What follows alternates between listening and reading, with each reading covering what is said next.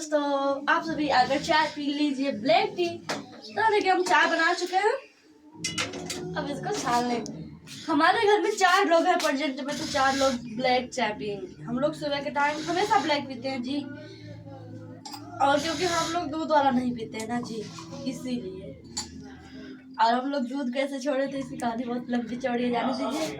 तो देखिए हमारा चाय, मम्मी का ज़्यादा चाय, मम्मी ज़्यादा चाय पीती हैं तो मम्मी को थोड़ा बढ़ा देंगे।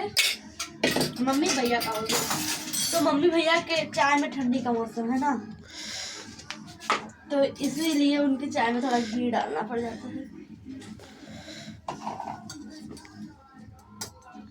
मम्मी का चाय, भैया की चाय। भैया नहा रहे हैं।